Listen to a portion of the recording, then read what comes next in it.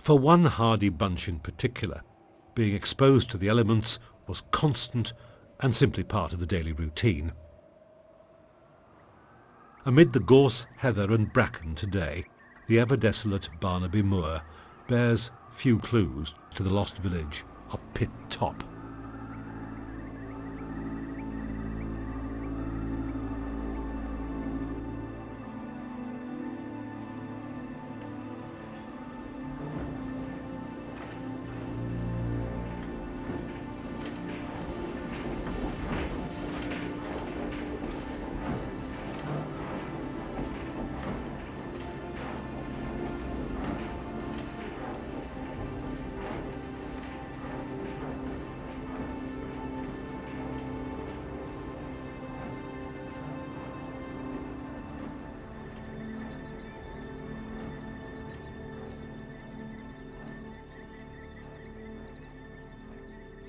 There was one row of houses split in two. There was a little shop, and there was another house, it was convalescent. Another house belonged to Umbers. There were only about 6 people in it. And the chapel was down there, just opposite down there, a bit further down there, a wooden place. What about the school? Was there a school? The school was yon end house, yon end of the row of houses. One teacher. And she had to walk from Gisborough. At 600 feet above sea level, locals called it the high school. After all, it was a pioneer of mixed education. Boys and girls just mucked in together, the end cottage for the infants and a tin hut for the rest. It was corrugated sheeting on the outside with a lot of windows, but it was lined with Dungdon Grove boards. And we had a big stove in the middle of the classroom, fired with coke. And that was the heating we had. Tell us about the lessons you did there. Tell us all about that. It was mainly maths, English, geography and scripture. Scripture lesson every morning. We didn't do cookery or anything like that because there wasn't the facilities. What was the discipline like in the classroom? Oh, quite good. We weren't heathens. The Wesleyan chapel was run by village slaughterman and lay preacher Benny Muxlow. It was built in the early days and notably closer to the pit, where perhaps the Lord's blessing was in greatest need.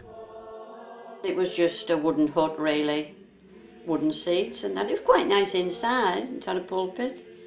You have to take your turn in reading the lesson and things like that, you know. Really, I think the congregation wasn't very big, unless there was an anniversary or there was something on. But the anniversary was quite good because if it was a nice day, we had it outside and there was a platform built.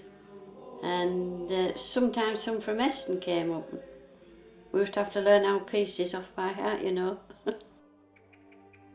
At numbers 6 and 7, Hilda Humble took in townsfolk with TB, yet still managed to sell the villagers cakes and sweets from the back door.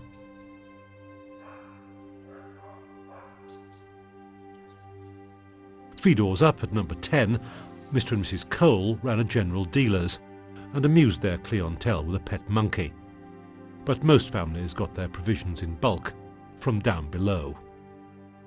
There used to be a man come every fortnight, come from Parvis's at Middlesbrough, and he used to come and take your order, and then your things used to come up to the pit a fortnight after their order was took. You would pay for it then, when he sat there and wrote it down, he paid, and then it would come up through the mines.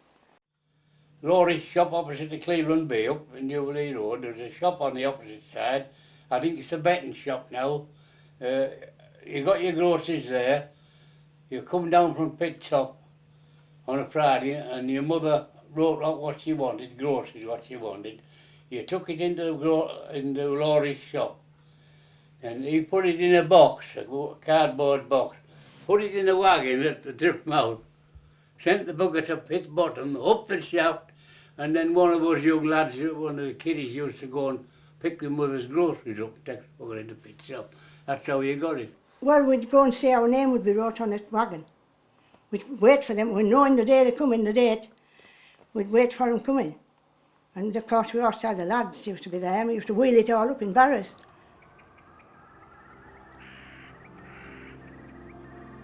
The water supply was finest Barnaby Spring, drawn daily from the well. Although long dried up, the well is now the only part of the village still standing. Fresh milk was often carried in yokes from the farm at the bottom of the hill, and the paper round, well, that was a little further still.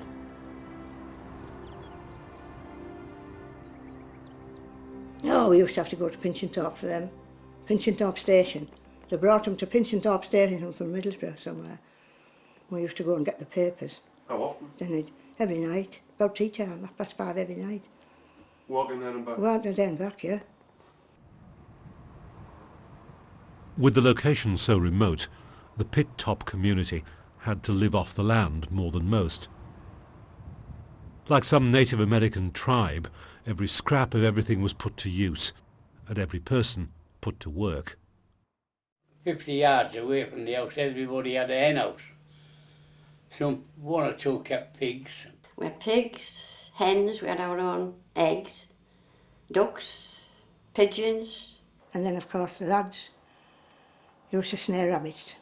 And I made myself a kind of a belt that was, but it come over his shoulders and fastened round his waist with hoops.